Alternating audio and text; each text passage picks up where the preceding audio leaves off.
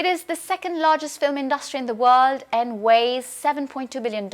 I, of course, mean Nollywood, which ranks just behind its Indian big sister, Bollywood, producing 1,000 films a year. Short filming times, tight budgets, fiction in local languages. This is one of the hallmarks of this industry. But not only that, to understand all this creativity that fascinates fans around the world, we followed in Paris one of the past editions of the NollywoodWeek. The first edition of the NollywoodWeek festival has come to Paris. During 4 days, actors, producers, distributors and film buffs met to discuss the future of Nigerian cinema. The festival also featured 7 films that were box office hits in Nigeria. We wanted to show the best movies coming out of Nollywood because there are some beautiful stories, and we wanted to create a platform for people to have access to those movies. The films on offer went down well with both Nigerian and French film lovers. I saw all 7 films, 7 different styles. This is a new type of cinema, so it is interesting to see the unusual range of subjects being dealt with. Some films are excellent, and others are less so.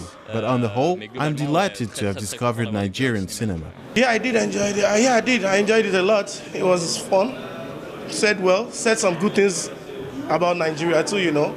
Most times we're used to seeing the other side of that continent, Africa. You see other things, like not the very good part of it, but the film was able to let people know, it showed the culture and everything. It was okay.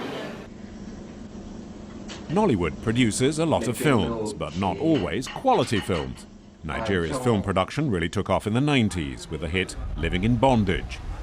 Films have a rapid turnaround and are mostly shot on location, with more than 2,000 movies produced each year on shoestring budgets of around $20,000.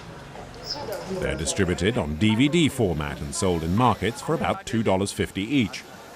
With such affordable films, Nigeria has established itself as the continent's leading producer, earning it the nickname Nollywood. But Nigeria's films are also widely distributed overseas, from London to New York and beyond. Anywhere the Nigerian diaspora has settled. New Nollywood today depends essentially on cinema distribution. However, I don't believe that this is a future of Nollywood.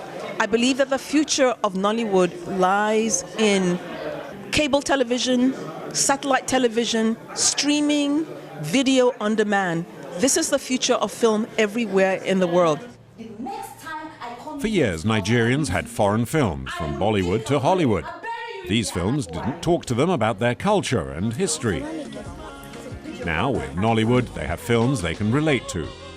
And this wide public support is the key to Nollywood's runaway success.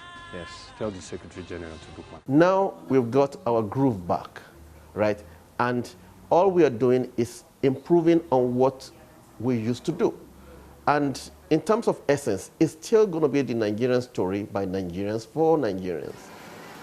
The industry provides a living for more than 300,000 people and makes a profit of over $400 million. But Nigeria's new wave of directors are ambitious and want to see what is essentially a niche market conquer the international mainstream.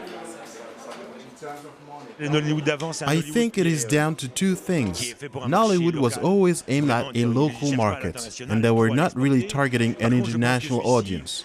But I'm convinced this is an industry in the making. I believe there is a market out there, and not just a niche market. I saw the audience yesterday, a real mixture of people, and all enjoying themselves. That was a universal language. Look, I want my phone back. So while the supply side for Nigerian films plays catch-up, the demand is clearly there. Recent years have seen the advent of cable channels devoted to Nigerian movies. The UK company Sky launched Nollywood Movies in 2008. And in France, Thema set up Nollywood TV in October 2012. The new wave of Nigerian directors has a long road ahead before gaining international recognition. But until then, with its 150 million viewers, Nollywood isn't going to starve.